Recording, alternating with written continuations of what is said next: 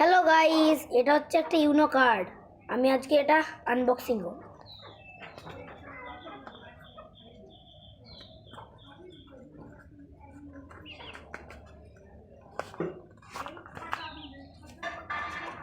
এই কার্ডটা একটা একটা কালারের সাথে আর একটা কালার মেলাতে হবে।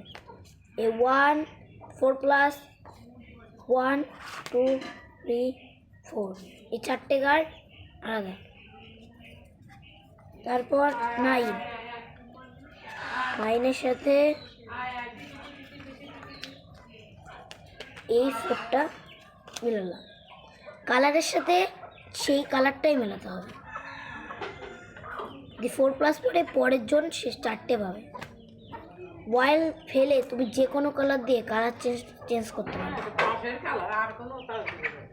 2+টা সেরমই 4+এর মতন, পরের জন দুটো কার্ড পাবে। আর